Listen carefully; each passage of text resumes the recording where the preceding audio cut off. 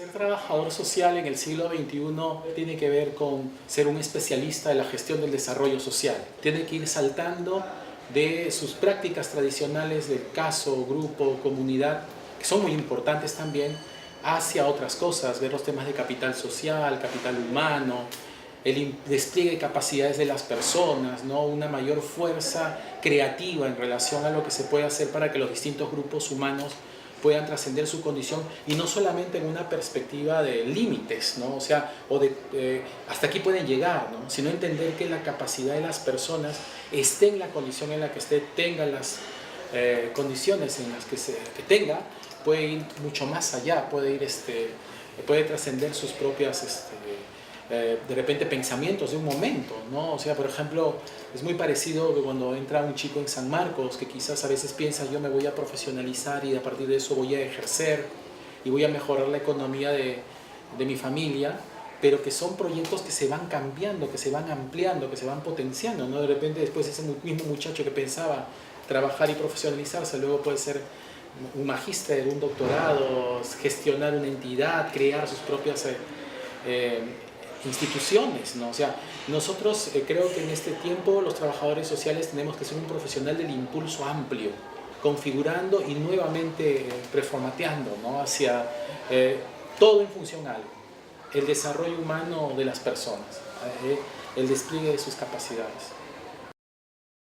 Tiene que ver con un profesional de la gestión del desarrollo humano y sostenible en un sentido amplio del término, ¿no? O sea, no solamente viendo cosas, clivajes de vida como los actuales, que de repente están más enfocados en lo que se llaman necesidades primarias o necesidades auténticas, ¿no? Las del comer, las de los estudios, la salud, el vestir, sino también lo medioambiental, o sea, porque todo esto, como bien se ha mencionado, tiene una proyectiva no tan auspiciosa, ¿no? En realidad vienen, vemos los daños a la naturaleza, los daños al ecosistema de vida son irreparables y van a comenzar a mostrar escenarios de vida social, o van a influir en la vida social de manera muy compleja, ¿no? Entonces, el trabajo social siempre va a estar en función al desarrollo de las personas, al bienestar de las personas, pero el bienestar de las personas no está aislado del medio ambiente, no está desarticulado, ¿no? Por eso les decía que la propuesta o la idea en el caso del trabajo social es cómo sigue apostando por el bienestar de las personas, pero de una manera secularizada, también incorporándose a dinámicas o debates del medio ambiente, porque eso va a ser el problema en 25 años, ¿no? O sea, viendo el tema de la gestión del agua, la gestión del territorio, ¿no? Ecosistemas de vida, buenas prácticas de salud, buenas prácticas ambientales. Yo creo que hay todo un campo que el trabajo social va a ir transitando. Si fuera desde ahora sería genial, porque sería por opción, pero la realidad nos muestra que muchas veces se tienen que transitar esos campos por necesidad. Cuando esto comience a ser temas que impacten en la calidad de vida, por supuesto, aunque ya lo son de alguna forma, los trabajadores sociales van a tener que ponerse al tiempo, van a tener que responder a esas coyunturas, esos requerimientos, ¿no? Porque implican o envuelven también patrones de vida. No hay vida humana si no hay equilibrio ecológico, no hay desarrollo o proyecto del ser humano si no hay proyecto de naturaleza, si no hay un encuentro entre estas dos formas de vida, la vida humana y la vida de la naturaleza, que además engloba al ser humano, ¿no? O sea, todo eso yo creo que van a ser dilemas. Todavía hay interés, digamos que hay experiencias interesantes de trabajo social como carrera que siempre está en la punta de las ciencias sociales hacia el campo, hacia la praxis, hacia la transformación. El trabajo social es la ciencia social transformadora. Ya se vienen dando interesantes experiencias de trabajadores sociales vinculados a todos estos temas del medio ambiente o complejidades del medio ambiente en algunos países como Colombia, la Argentina, Brasil, pero en Perú también tenemos ya colegas que andan transitando esos campos que no deberían de ser novedosos, sino más bien campos potenciales en los que se vea mucho despliegue desde nuestra carrera en términos de prácticas adecuadas. Yo veo al 2050 los trabajadores sociales como siempre, en la trinchera de la gestión del bienestar, la gestión del desarrollo. La carrera va a ir creciendo, se va a seguir desarrollando y va a seguir acompañando a las personas y a las poblaciones en su lucha por desarraigar todos aquellos problemas y necesidades sociales que muchas veces aparecen como limitantes para su pleno desarrollo. En el siglo XXI, y creo que a través del tiempo también, la arqueología tiene un rol muy importante que cumplir en nuestro país. Hemos manejado el territorio de Perú en el pasado por sociedades que lo han habitado por milenios y han obtenido resultados que son muy destacados y reconocidos a nivel de diversos países. Vemos, por ejemplo, en el caso de la formación de la civilización, es la más antigua de todo el continente americano, no solamente de Perú o de América del Sur. Se formó en esta parte de América la civilización más antigua, que data al mismo tiempo que otras civilizaciones antiguas del mundo. Entonces, la pregunta es ¿por qué en el presente en América y en América del Sur no podemos ser países desarrollados? Si en el pasado hemos tenido la capacidad para crear una civilización tan antigua, de hace 5.000 años, ¿no? Aproximadamente. Entonces, el rol de la arqueología es transmitir los resultados de las investigaciones que deben hacerse y que no lo estamos todavía comprendiendo suficientemente en diversas partes del país, porque hemos sido un país pluricultural y multilingüe. Cada parte de él es diferente en sus condiciones geográficas, en sus recursos, y no se puede manejar el territorio como se está haciendo en el presente bajo un solo modelo, porque los resultados no son los adecuados, no hay un desarrollo armonioso como lo hubo en el pasado, y por tanto tenemos una migración que sigue incrementándose día a día y que no sabemos hacia dónde vamos a continuar con ese proceso que es inadecuado para el país. Entonces, el rol de la arqueología es dar a conocer los resultados de las investigaciones que debemos aplicar en cada parte del país para conocer qué tecnologías se aplicaron, qué resultados se obtuvieron y cómo se manejó el territorio con una visión integral, desde que se formó la civilización caral y a través de milenios hasta la llegada de los españoles, y 3 siglos no pueden cambiar o no nos han debido cambiar.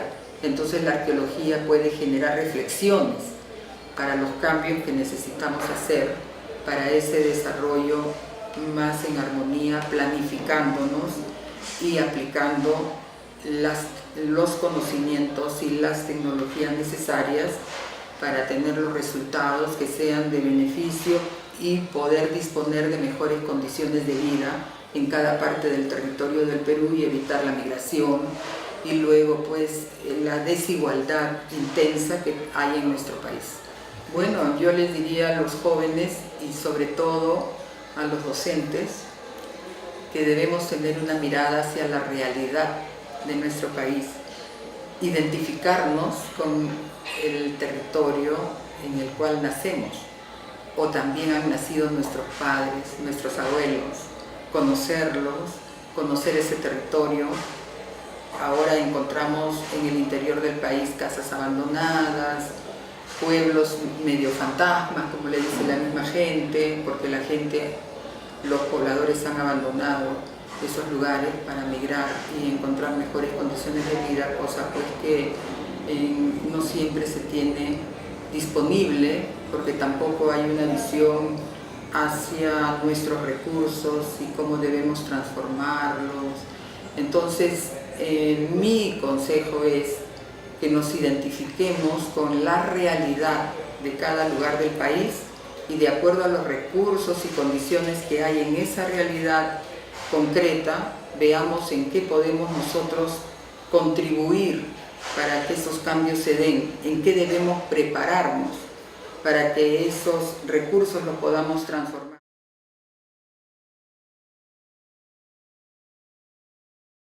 Me parece de que es un desafío, ¿no?, para el país, ¿no?, asumir el camino que las ciencias sociales abren, en particular la sociología, ¿no?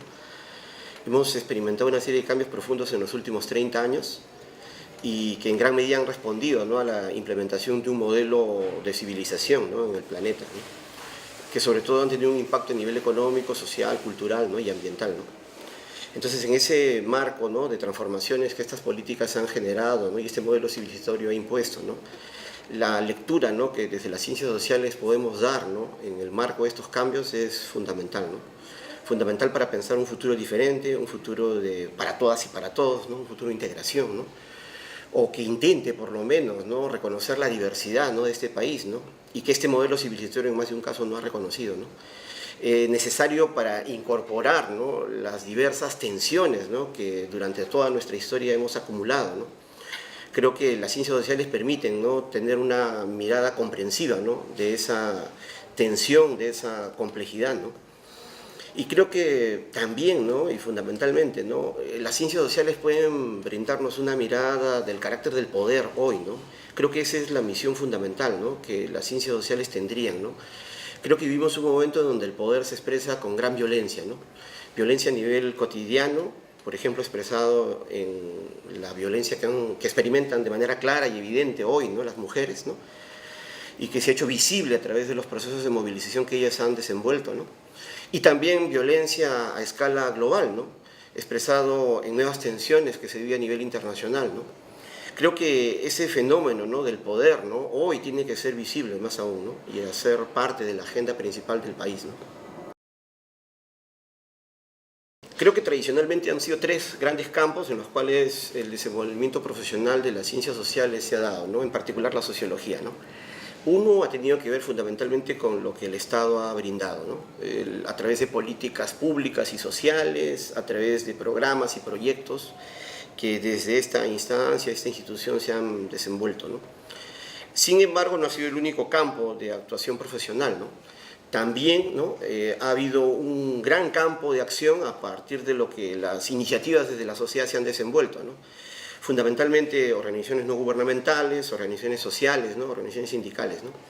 Creo que ese segundo campo también es un gran ámbito de acción profesional, ¿no? Más recientemente, ¿no?, el mercado también aparece, ¿no?, como un tercer gran campo de actuación profesional, ¿no?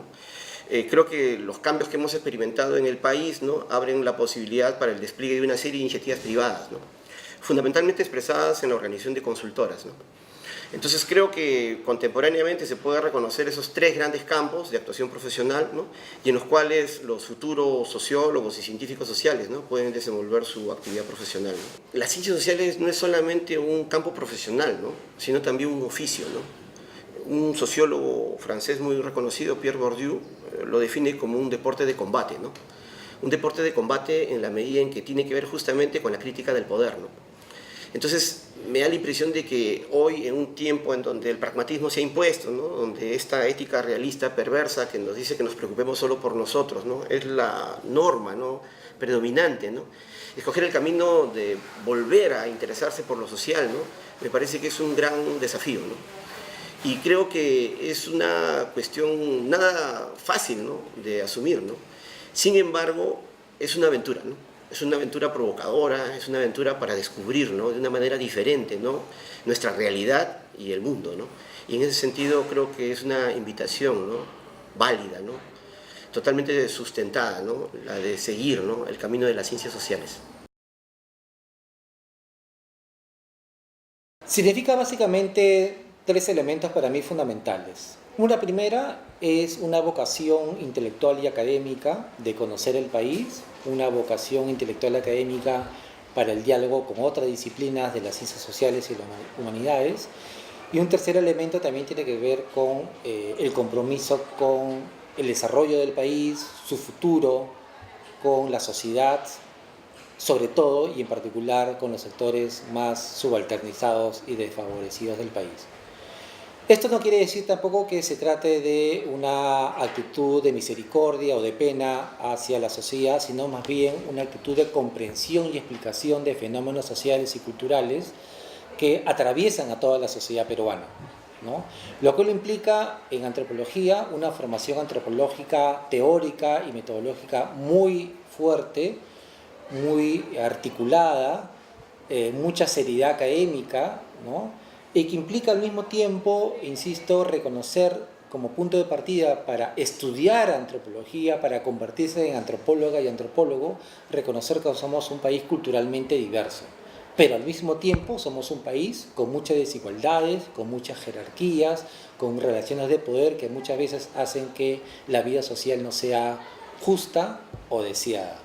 La antropología lo que tiene que pensar es reconocer esa pluriculturalidad, el hecho de que somos una sociedad intercultural, pensar también el tipo de desarrollo que queremos para el país y cómo contribuir con nuestros análisis antropológicos, empíricos y etnográficos a repensar los modelos de desarrollo, repensar el Estado, repensar la sociedad y buscar, junto con otros colegas de otras disciplinas, alternativas para el futuro, ¿no? O sea, imaginar realistamente el futuro de la sociedad, ¿no? Peruana, latinoamericana, pero también pensar y contribuir desde nuestra disciplina, también imaginar utopías globales realistas, ¿no? Utopías realistas globales. Lo cual implica formación académica, rigurosidad, persistencia, análisis intelectual, pero también implica viajes, exploraciones, diálogos. Una cosa muy interesante de la antropología es la conversación que tenemos con la sociedad en su sentido literal. Conversamos con la gente, nos involucramos con la sociedad, generamos diálogos y empatía con gente, sobre todo diversa uno, ¿no? Y desde ese involucramiento, de esa, yo diría, conocimiento carnal de la sociedad, es que generamos conocimiento. No generamos un conocimiento abstracto, ¿no? No aplicamos encuestas, o a veces, ¿no? Pero no aplicamos encuestas. Hacemos trabajo de campo etnográfico, ¿no? Generamos conocimiento en diálogo con la sociedad, ¿no? Lo cual nos da un aterrizaje forzoso para pensar los problemas, ¿no? Hay un antropólogo, Tim Ingold, que me gusta mucho citar, que dice que nosotros somos filósofos que dialogan con las personas. Es decir, nos hacemos preguntas filosóficas, pero en diálogo con las personas. Todo esto que digo puede tener, digamos, distintas implicancias también para el mercado laboral, ¿no? Muchos nos dedicamos a la docencia universitaria y a la investigación. Otros colegas se dedican a actividades estrictamente profesionales en organismos de desarrollo, donde necesitan antropólogos para proyectos de desarrollo. También los antropólogos trabajan en el Estado contribuyendo al diseño, implementación y monitoreo de políticas públicas, salud, justicia, educación, ¿no? Temas de género. Es decir, el Estado necesita muchos antropólogos porque el Estado también se está repensando en términos interculturales. También los antropólogos tienen un mercado laboral muy importante en empresas privadas que necesitan entender la diversidad cultural del país para implementar sus proyectos económicos, ¿no? Sin duda alguna, hay un nicho muy importante allí. Y también hay antropólogos que se dedican también exclusivamente a la docencia, tanto en institutos superiores como en institutos de educación básica, ¿no? Donde se necesita también un saber un poco más especializado. Es decir, yo creo que en los últimos años se ha diversificado el mercado laboral para la antropología. La sociedad necesita de antropólogos, el Estado necesita de antropólogos, los institutos de educación superior y básica necesitan de antropólogos. Aquí lo indispensable es qué tipo de antropólogo forma la universidad. Por eso quisiera también exhortar a los estudiantes de secundaria o que ya están buscando, digamos, posibilidades de formación universitaria, que volteen y miren la antropología como una posibilidad realista, académicamente e intelectualmente atractiva y con posibilidades también reales de inserción en el mercado laboral. Que no estamos en el país ideal, pero yo creo que sí hay posibilidades, una apuesta más bien intelectual, académica y profesional, ¿no? Así que todos aquellos que les interese la aventura de pensar la sociedad desde la diversidad cultural de pensar el desarrollo alternativo e intercultural y de apostar por imaginar, pensar e investigar una sociedad distinta, más equitativa, con mayor reconocimiento de nuestra diversidad y con que piense de otro modo el desarrollo, pues la antropología es una posibilidad obviamente realista, ¿no? Y una posibilidad de pensar las cosas de una manera distinta, ¿no? En el siglo XXI, en los tiempos actuales, en estos tiempos que estamos viviendo, significa ser un profesional preparado para abordar el estudio de nuevas problemáticas. El mundo en general está cambiando de manera acelerada, la población mundial es enorme, se han generado enormes espacios urbanos en el mundo, la producción se ha intensificado y por lo tanto entonces se generan nuevos problemas como sobre el uso de los recursos naturales, el equilibrio ambiental, la ruptura de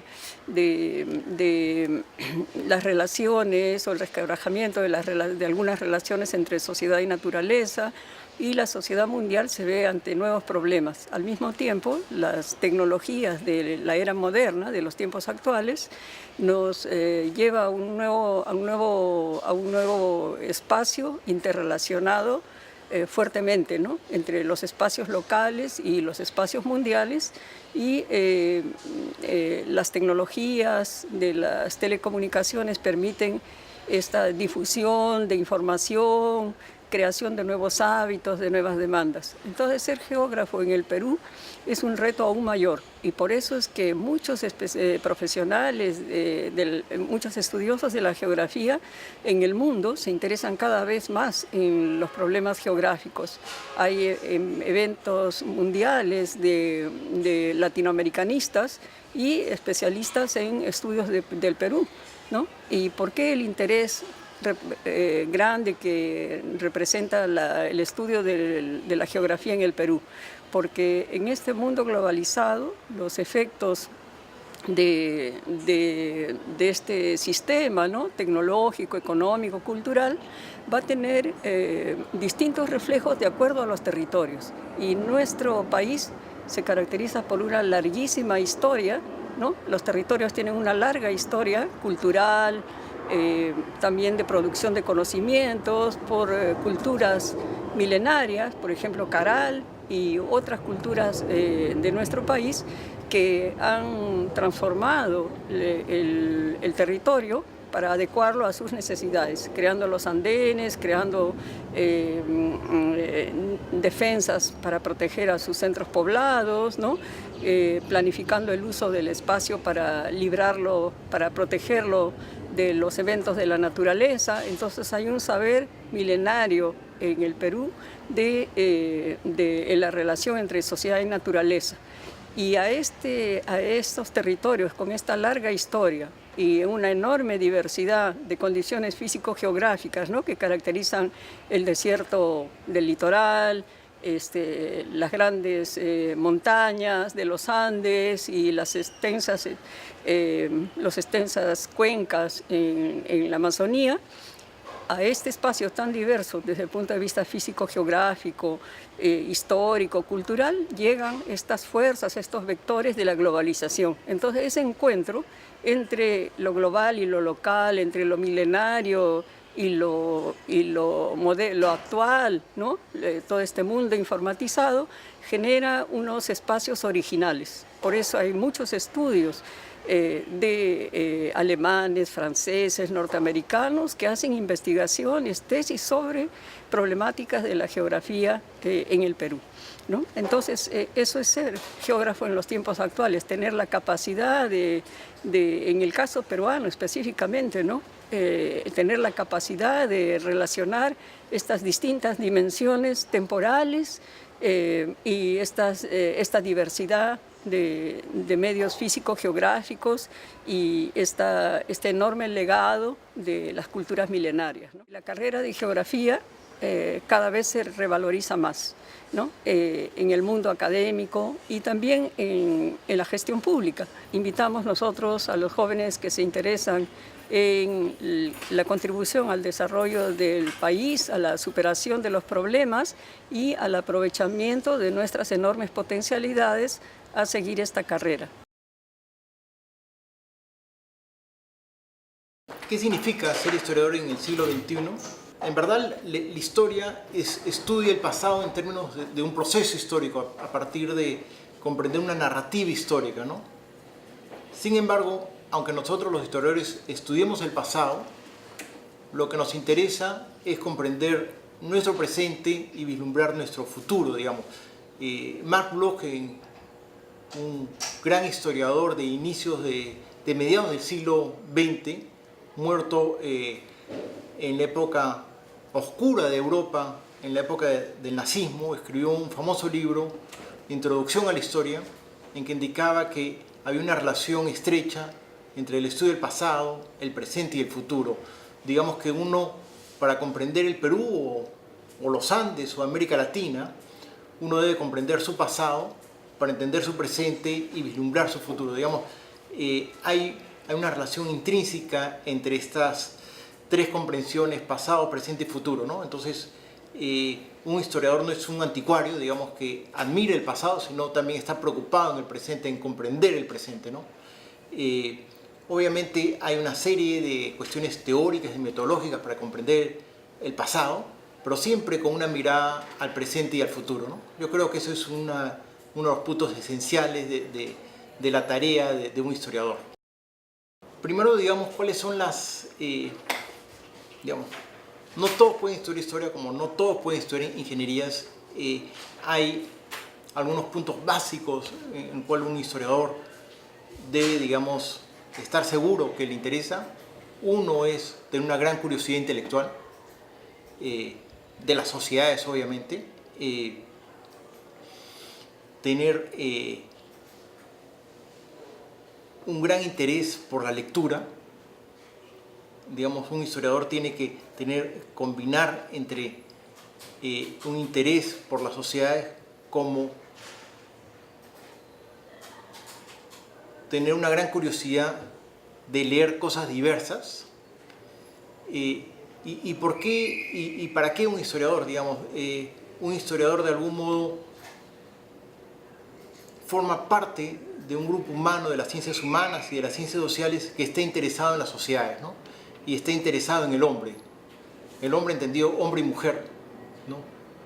Y que estudia el pasado para comprender, como lo he mencionado antes, el presente y el futuro. La historia nos ayuda a comprender nuestras sociedades, nos ayuda a comprender al ser humano. La historia nos obliga a comprender al ser humano en diferentes facetas, al ser humano en términos plurales. No es algo sencillo, digamos, porque comprender una sociedad 20 o 30 años anterior a la nuestra implica un conjunto de habilidades para comprender, digamos, lo plural que es la condición humana.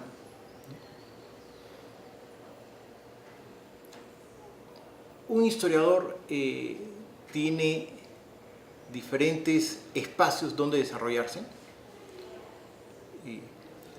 Obviamente el clásico es la enseñanza universitaria y la investigación histórica, pero también un historiador de un modo u otro adquiere un conjunto de conocimientos y habilidades para desarrollarse en diferentes campos vinculados a la cuestión del patrimonio, a la cuestión museográfica, a la cuestión de gestión cultural. Digamos, estudiar historia puede abrirte a diferentes campos laborales que existe una demanda fuerte en el Perú.